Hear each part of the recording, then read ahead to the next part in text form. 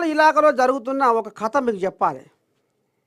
అది ఏం జరుగుతుంది నర్సయ్య తాత, ఏంది ఏం కథ అంటే ఇగో ఇప్పుడు ఆ కథ చూడాలి మీరు.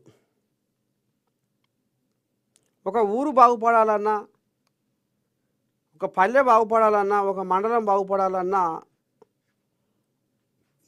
ఇక మరి ఏమంటారు చూడు, సర్కారు ఆదాయానికి గండి కొడుతుంది. ఒక పెద్ద మనిషి సర్కారు ఆదాయానికి గండి కొడుతుండు. ఇప్పటికే సర్కారు సంతకపేటలో శాసకాన లేక తిప్పల పడుతున్నా. అసలు ఏం చేయాలో ఎట్లా చేయాలో నాకు తెల్లదాకా నిద్ర పడతలేదు. ఈ తెలంగాణ సంసారాన్ని ఎట్లా ఎల్లదీయాలి? కేసీరావు చేసిన అప్పుల కుప్ప, ఈ కుప్పకు నేను 6,500 కోట్లు నెలకు మిత్తే కడుతున్నా, నా నడ్డి ఇరిగిపోతుంది వడ్డీ కట్టలేక అని రేవంతమయ్య ఓ దిక్కుగా కొలుబ్బెడి చెప్తుంటే, ఇగో షౌటుపల్లో ఉన్న ఒక శుద్ధపూస, ఒక పెట్రోల్ బంక్ ఆయన, ఇగో రషీద్ అనేట ఆయన ఏం ఉద్దారకం చేసిండయ్యా అంటే, ఆస్తి పన్ను ఎంత 2,70,000 బకాయి ముర్సమాన వేసి తమాషగా పక్కేసి పాడబెట్టిండు. ఇక కడతలేడు, అయ్యి మొండెత్తం వేసిండు. ఏం నువ్వు సర్కారు ఆదాయానికి గండి కొట్టినట్టే కదా. ఇక ఒక్కసారి ఇక వీళ్ళు మున్సిపల్ అధికారులు ఏం చెప్తారో చూడండి.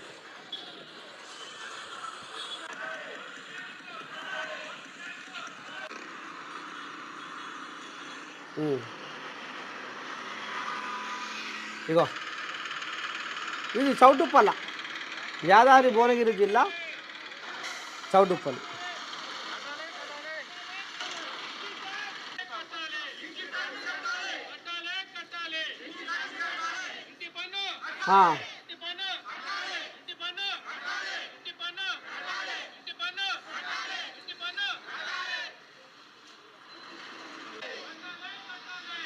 మున్సిపల్ అధికారులు వచ్చి ఆ పెట్రోల్ బంకులో జొరబడి ఇంటి పన్ను కట్టవా అని ఈ రకంగా మున్సిపల్ అధికారులు వచ్చి ఆడ మరి తిష్ట చేసి ఇక ఈ కథగా అందిస్తున్నారు. నినాదాలు చేసుకుంటా, కట్టవా అని జబర్దస్త్ చేసుకుంటా, నిన్ను చూసి ఇంకా కొంతమంది తయారవుతట్టుర్రు. ఆయనే కట్టలేడు, మరి మేమెందుకు కడతాము? 2,70,000 బకాయి ఆయనే కట్టలేడు, ఆయన ఏం చేసిరు మీరు అని ఇప్పుడు ఇంకోటి తయారవుతుంది. గిట్లా ఇక మరి ఈయన ఇప్పుడు సర్కారు ఆదాయానికి గండి కొట్టినట్టే కదా.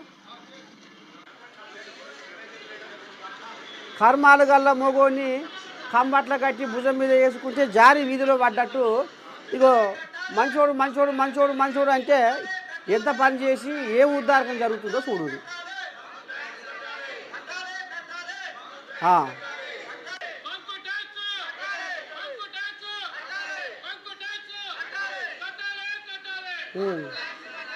మున్సిపల్ అధికారులు బాగానే కంకణం కట్టుకొని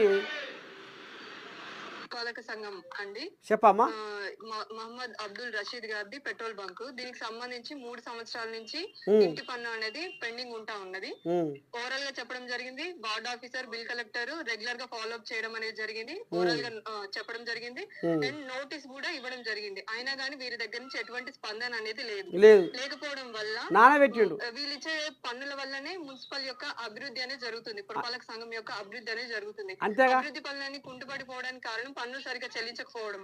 ఇది పన్ను చెల్లింపుదారులకు తెలియజేయడం కోసము, అలాగే పెట్రోల్ బంక్ యజమానుల దగ్గర నుంచి సమాధానం కోసం కూడా చౌటుప్పల్ కమిషనర్ గారి ఆదేశాల మేరకు మరియు ప్రత్యేక అధికారి ఆదేశాల మేరకు ఇక్కడ పెట్రోల్ బంక్ దగ్గర మేము బైఠాయించడం జరిగింది.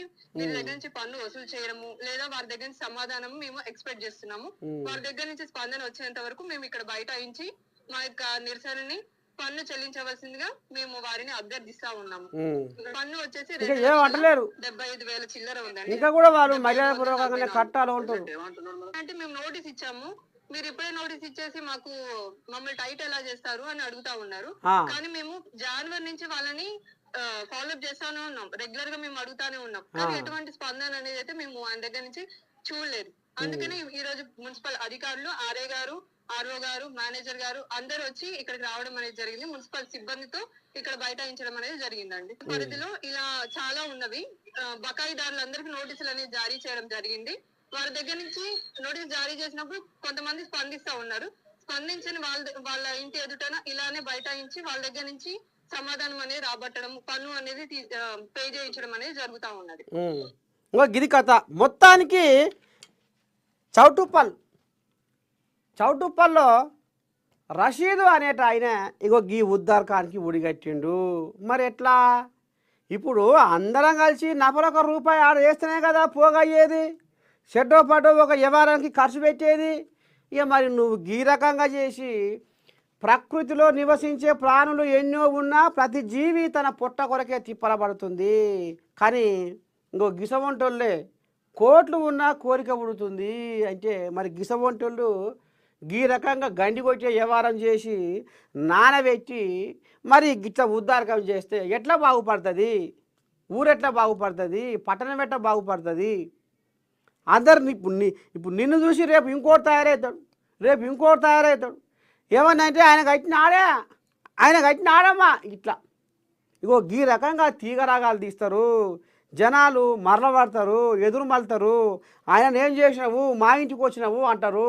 మరి ఈ ఉద్దారకం నువ్వు 2,70,000 బకాయి నువ్వు పెట్టి తిరుగుతున్నావు అంటే మొగోని చౌటుప్పలు ఇలాగలా ఏమన్నా అందం సందం ఉందా నీ వ్యవహారం అని ఇయ్యారా నేను ప్రశ్నిస్తూ ఉంది.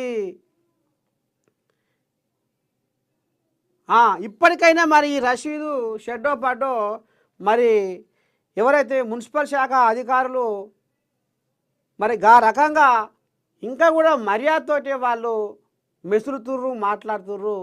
ఇక ఈ పంచాయతీ మరి తొండముదిరి ఊసరెల్లి కాకముందుకే షెడ్డో పడ్డో రషీదు మరి ఈ రకంగా బిల్లు కట్టి రసీదు తీసుకోవాలి అని నేను